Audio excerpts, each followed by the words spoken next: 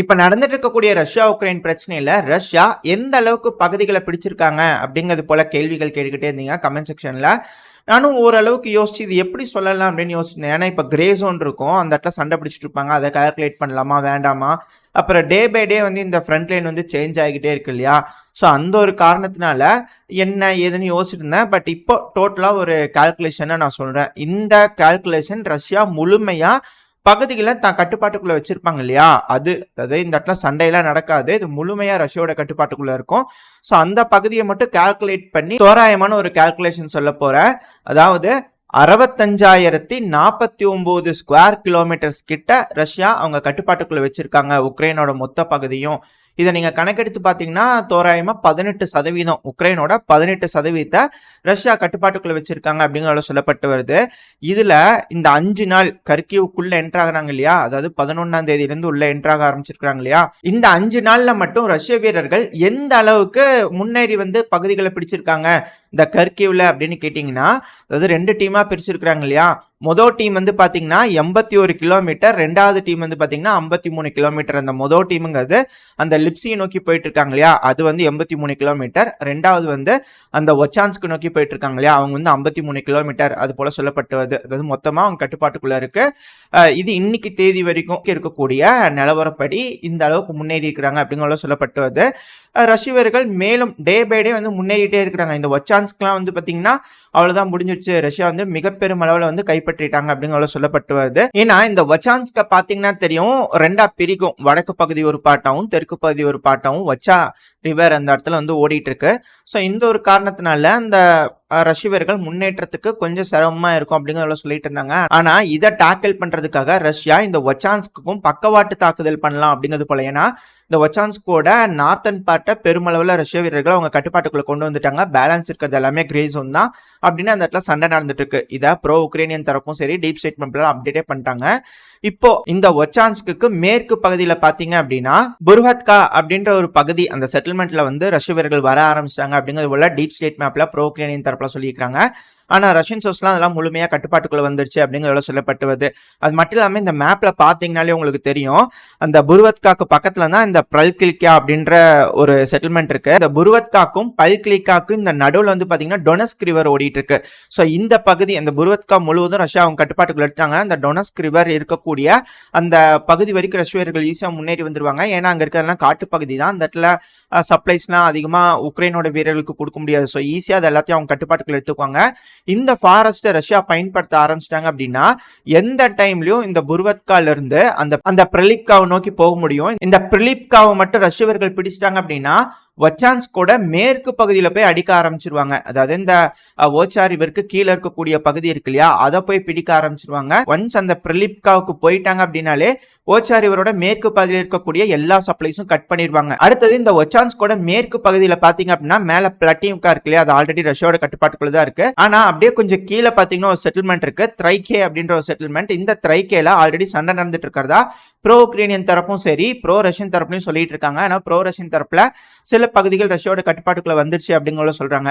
So இதுவும் ரஷ்ய வீரர்கள் அவங்க கட்டுப்பாட்டுக்குள்ள எடுத்துட்டாங்க அப்படின்னா, அந்த த்ரைகேவையும் எடுத்துட்டாங்க அப்படின்னா முழுமையா ஒச்சான்ஸ்கோட பதில் இருக்கக்கூடிய சப்ளை லைன்ஸும் முழுவதும் ரஷ்யா அவங்க கட்டுப்பாட்டுக்குள்ள எடுத்துருவாங்க. ஸோ இருமுனை தாக்குதல், அப்புறம் ஆல்ரெடி ஒச்சான்ஸ்கோட அந்த ஓச்சா ரிவருக்கு மேல வடக்கு பகுதியில் இருக்காங்க ரஷ்யன்ஸ். ஸோ மும்முனை தாக்குதல் பண்றதுனால உக்ரைனால சமாளிக்க முடியாது, இது முழுவதும் ரஷ்யாவோட கட்டுப்பாட்டுக்குள்ள வந்துருச்சு. ஆல்ரெடி ஓச்சாவோட டைரக்ஷன்ல முன்னேறி வர ரஷ்ய வீரர்கள் ஆட்டோமேட்டிக்கா ஸ்ட்ராட்டஜிக்கா வெற்றி அடைய ஆரம்பிச்சிட்டாங்க. முதவே வந்து வெற்றி அடைய ஆரம்பிச்சிருச்சு அப்படிங்கிறது சொல்லப்பட்டு வருது. இந்த சமயத்துல இந்த புர்வத்கா சொல்லியிருந்தேன் இல்லையா, அதுக்கும் எப்படி சொல்றது, அதோட மேற்கு பகுதியில வந்து பாத்தீங்கன்னா ஸ்திரிஸ்கா அப்படின்னு ஒரு பகுதி இருக்கு செட்டில்மெண்ட். அந்த இடத்துல சண்டை நடந்துட்டு இருக்கிறதா ப்ரோ உக்ரைனியன் சோர்ஸ் தரப்புல சொல்லிட்டு இருக்காங்க. டீப் ஸ்டேட் மேப்ல அப்டேட் பண்ணிருக்காங்க. ஆனா அந்த பகுதி ரஷ்யாவோட கட்டுப்பாட்டுக்குள்ள வந்துருச்சு அப்படிங்கிறது சொல்லப்பட்டு வருது. அதாவது இந்த பக்கத்துல முன்னேறக்கூடிய ரஷ்ய வீரர்கள் அவங்களோட நிலப்பகுதியை விரிவடைய செய்விச்சுட்டு இருக்காங்க. ஸோ இந்த வழியா இப்படி மேற்கு நோக்கி முன்னேறதுனால ஆல்ரெடி இந்த லிப்சியை நோக்கி முன்னேறிட்டு இருக்காங்க இல்லையா, அவங்களோட ஒரு லிங்கிங்கை வந்து அமைச்சிருவாங்க. அப்படி லிங்க் பண்ணும்போது கீழே இப்சஸ்கி, வர்விகா, டெரனோவா, மேல ஜெலனி, ஆல்ரெடி இந்த ஜெலனில வந்து பாத்தீங்கன்னா உக்ரைன் தரப்புல ரஷ்யா கட்டுப்பாட்டுக்குள்ள வந்துருச்சுன்னாங்க. ஆனா இல்ல அது உக்ரைனோட கட்டுப்பாட்டுக்குள்ளதான் இருக்குன்னு உக்ரைனியன் சோர்ஸே சொல்லிட்டு இருக்காங்க இல்லையா. ஆக்சுவலா அது வந்து ஃபாக் ஆஃப் வருமாங்க. அங்க என்ன நடந்துட்டு இருக்கு அப்படிங்கிறது தெரியல. ஆக்சுவலா அங்க சண்டை போயிட்டு இருக்கு. இன்னும் முழுவதும் யாரோட கட்டுப்பாட்டுக்குள்ள வரல அப்படிங்க தெரிஞ்சுக்க முடியுது. ஆனா ரஷ்யாவோட மினிஸ்டர் ஆஃப் டிஃபென்ஸ் என்ன சொல்லியிருந்தாங்கன்னா, இந்த நெஸ்கிச்சூன்ல வந்து சண்டை நடந்துட்டு இருக்கு அப்படிங்கறத சொல்லப்பட்டு வருது. அதாவது எப்படி எடுத்துக்கலாம் அப்படின்னா, இந்த ஜெலனிய வந்து 2ஆ பிரிச்சிட்டீங்க அப்படின்னா, ஜெலனியோட மேற்கு பகுதி ரஷ்யாவோட கட்டுப்பாட்டிலையும், ஜெலனியோட கிழக்கு பகுதி உக்ரைனோட கட்டுப்பாட்டிலையும் இருக்கலாம் அப்படிங்கறத சொல்லப்பட்டு வருது. ஏன்னா ரஷ்ய வீரர்கள் இந்த லிப்சி சைட்ல முன்னேறி இருக்காங்க இல்லையா, அந்த இடத்துல பாத்தீங்கன்னாலே உங்களுக்கு தெரியும், இந்த ஜெலனிக்கு பக்கத்துல இருக்கிற செட்டில்மெண்டான இந்த லுக்கியான்ஸ்கின்னு இருக்கு இல்லையா, இந்த லுக்கியான்ஸ்கி ரஷ்யா அவங்க கட்டுப்பாட்டுக்குள்ள எடுத்துட்டாங்க. சோ அந்த இடத்துல இருந்து இந்த ஜெலனியை நோக்கியும் நெஸ்கிச்சூன் நோக்கியும் முன்னேற ஆரம்பிச்சிருக்கலாம். சோ அந்த ஒரு காரணத்தினால ஒரு பார்ட் வந்து ரஷ்யா கட்டுப்பாட்டிலும் ஒரு பார்ட் உக்ரைனோட கட்டுப்பாட்டிலயும் இருக்கலாம். சோ இந்த பக்கம் அதாவது இந்த ஒச்சான்ஸ்க்கு நோக்கி முன்னேறிட்டு இருக்கிறவங்க மேற்க நோக்கி முன்னேறாங்க, இந்த லிப்சியை நோக்கி முன்னேறிட்டு இருக்கவங்க கிழக்கு நோக்கி முன்னேறாங்க. ஸோ இவங்க 2 பேரும் டச் ஆயிட்டாங்க அப்படின்னா ஃபர்ஸ்ட் வேவ் கம்ப்ளீட் ஆயிடும், அவங்களோட அப்ஜெக்டிவ்ஸும் கம்ப்ளீட் ஆயிடும். இதுக்கப்புறம் தான் ரஷ்யாவோட மெயின் ஃபோர்ஸஸே உள்ள களமிறங்க ஆரம்பிக்கும். அந்த டைம்ல தான் ரஷ்யாவோட டேங்குகள், ஆர்மர்டு வெஹிக்கல் மிக பெரும் அளவில் உள்ள களமிறங்குவாங்க அப்படிங்கிறத சொல்லப்பட்டு வருது. ஸோ ஆல்ரெடி இப்போ இருக்கக்கூடிய ஒச்சான்ஸ்க் சுச்சுவேஷன் பார்க்கும்போது புடான் அவர்கள் தோத்துட்டார் இல்லையா, அதனால இங்கிருந்து அவர் கிளம்பி சுமிக்கு போயிட்டாரு அப்படிங்கிற சொல்லப்பட்டு வருது. இப்போ இந்த பகுதி கர்கிவ் பகுதிக்கு முழுவதும் பொறுப்பெடுத்து நடத்திட்டு இருக்கிறது சிர்ஸ்கி அவர்கள் தான். ஏன்னா இதுக்கு மேல உக்ரைனோட சோல்ஜர்கள் வீரர்கள் தான் எந்த அளவுக்கு தடுத்து நிறுத்தணுமோ தடுத்து நிறுத்த முடியும். இப்ப ஏன் வந்து புடான் அவர்கள் சுமிக்கு போயிருக்கிறார் அப்படின்னா, சுமியில இருக்கக்கூடிய வீரர்கள்லாம் எங்க வந்துடுறாங்க, ஒதுங்கிட்டு வந்துடுற ஒரு 2 நிமிஷம் அப்படிங்கிறது போல கிளம்புறாங்களாமா. ஆனா பார்த்தா 1 மணி நேரம் 2 நாள் ஆனாலும் வரதில்ல, என்னாச்சுன்னு தெரியல அப்படிங்கிறது போல கிட்டத்தட்ட 20% மேற்பட்ட வீரர்கள் காணாம போயிட்டாங்க, ரிப்போர்ட்டே பண்ணல, எங்க போனாங்கன்னே தெரியல அப்படிங்கிறத சொல்லப்பட்டு வருது. ஒரே ஒரு விஷயம் தான், கர்கிவ்லயே ட்ரெஞ்சு சரியில்லை அப்படிங்கும்போது கண்டிப்பா சுமியெல்லாம் பாதுகாக்கிறதுக்கு ஒண்ணுமே செஞ்சிருக்க மாட்டாங்க அப்படிங்கிறது போல சொல்லப்பட்டு வருது. இதுல இன்னொரு போலி தகவலும் வந்துட்டு இருக்கு, ஒரு அரசர் புலசரா ரூமர்னு வச்சுக்கோங்களேன். என்ன சொல்லியிருக்காங்க அப்படின்னா, இந்த கர்கிவா இருக்கட்டும் சுமியா இருக்கட்டும் இந்த பகுதிகள்லாம் அதிகமான ப்ரோ ரஷியன்ஸ் இருக்காங்க. அதாவது இந்த பகுதியில் இருக்கிற கம்பெனிஸ் தானே அதை வந்து அதிகமா கான்ட்ராக்ட் எடுத்து ட்ரென்ச்சஸ் எல்லாம் பண்றது, கண்ணி வெடியெல்லாம் போயிச்சு வைக்கிறது, இது போல வேலைகள்லாம் செஞ்சிருப்பாங்க இல்லையா.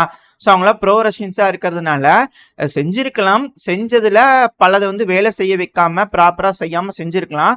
ஆனா இப்படி செஞ்சதை இந்த இடத்துலலாம் இப்படி இருக்கும், கண்ணி வெடிகள் இருக்கும், இங்கெல்லாம் வராதிங்கன்ற இன்ஃபர்மேஷனை ரஷ்யாவுக்கு கொடுத்துருப்பாங்க அப்படிங்கிற போல தகவலும் அரசல் பரசலா பரவிட்டு இருக்கு அப்படிங்கிற சொல்லப்பட்டு வருது.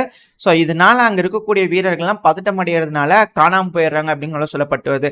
இப்படி இருக்கும்போது ரஷ்யா வேற ஃபேப் ஸ்ட்ரைக்கா பண்ணிட்டு இருக்காங்க.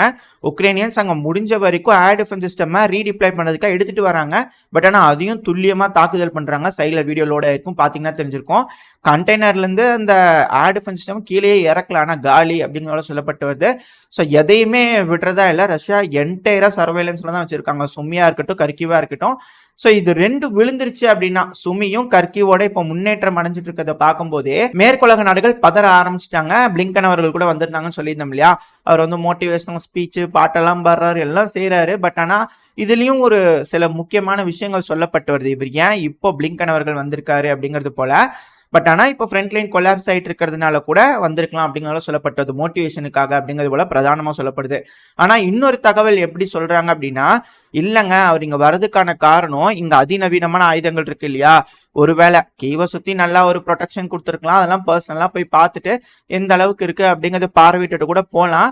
ஏன்னா அந்த இடத்துல ஊழல் பண்ண மாதிரி இங்கேயும் ஊழல் பண்ணியிருந்தாங்கன்னா கீவை காப்பாற்ற முடியாது இல்லையா, அந்த ஒரு காரணத்தினால சரி ஓகே, அதனால கீவை வந்து பார்த்துட்டு போறதுக்காக கூட பிளிங்கன் அவர்கள் வந்திருக்கலாம் அப்படிங்கிறது போலையும் சொல்லப்பட்டு வருது. இன்னொன்னு, சமீபத்துல பிளிங்கன் அவர்கள் வந்து சீனாக்கு போயிருந்தார் இல்லையா, ஸோ சீனாக்கு போய் ஜி ஜின்பிங் அவர்கள்கிட்ட பேசியிருந்தாரு. அப்போ இந்த ரஷ்யா உக்ரைன் பிரச்சனையை பத்தி ஏதோ ஒரு முக்கியமான விஷயங்கள் பேசியிருக்கலாம், ஏதாவது ஒரு விஷயம் சொல்லியிருந்திருக்கலாம். அதனால அவங்களோட கான்வர்சேஷன் எப்படி இருந்துச்சு அப்படிங்கிறத சொல்றதுக்காக கீவுக்கு வந்திருக்கலாம் அப்படிங்கிறது சொல்லப்பட்டு வருது. ஏன்னா மே 16-17 ரஷ்ய அதிபரான விளாடிமிர் புட்டின் அவர்கள் இப்ப கரண்டா இருக்கிறார் இல்லையா செர்கி ஷோய்கு அவர்கள், அதாவது டிஃபென்ஸ் மினிஸ்டர் இருக்கிறார் இல்லையா, அவரையும் சரி பெல்லோசோ அவர்களையும் சரி புதுசா வரக்கூடிய டிஃபென்ஸ் மினிஸ்டர், இவங்க 2 பேர்த்தையும் கூட்டிட்டு ஜி ஜின்பிங் அவர்களை பார்க்கறதுக்காக சீனாக்கு போறாரு.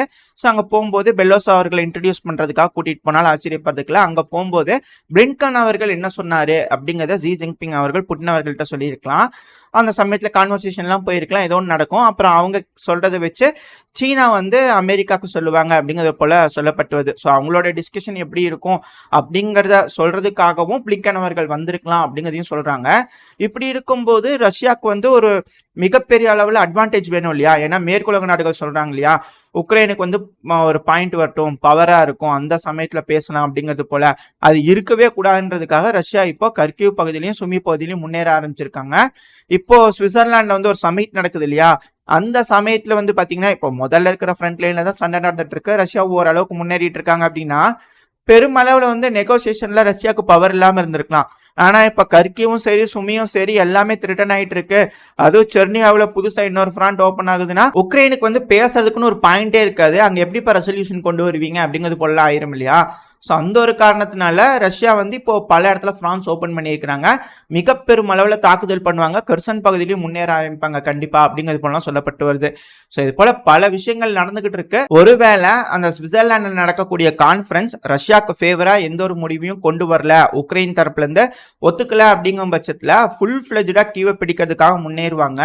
அப்படி இல்லை அப்படின்னா அந்த சுவிட்சர்லாந்து கான்ஃபரன்ஸ்ல உக்ரைன் சில பகுதிகளை விட்டு கொடுக்கறதுக்கும் இதுக்கு மேல பிரச்சனை வேணாம்னு சொல்லி சுமூகமா ரஷ்யாவோட நெகோசியேஷனுக்கு உட்காந்து பேச்சுவார்த்தை மூலியமா தீர்த்துக்கிறதுக்கான அழுத்தம் பல நாடுகளும் கொடுப்பாங்க.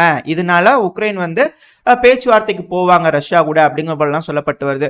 ஸோ இருதரப்புலையும் சொல்லக்கூடிய கருத்துக்கள் உங்கள்கிட்ட சொல்லியிருக்கேன். இதுல எது சாத்தியம் எது சாத்தியம் இல்லை அப்படிங்கிற உங்களோட கருத்துக்களை கமெண்ட் செக்ஷன்ல சொல்லுங்க. எனக்கு என்னமோ இந்த சுவிட்சர்லாந்துல நடக்கக்கூடிய பீஸ் கான்ஃபரன்ஸ்க்கு ஒரு அழுத்தம் கொடுக்கணுன்றதுக்காக தான் ரஷ்யா இது போல பல முனையிலையும் முன்னேறிட்டு இருக்காங்க. அந்த சமயத்துல ரஷ்யாவுக்கு ஃபேவரான முடிவுகள் இந்த சுவிட்சர்லாண்டில் நடக்கக்கூடிய சமிட்ல எடுக்கப்படும் அப்படிங்கிறது போல எனக்கு தோணுது.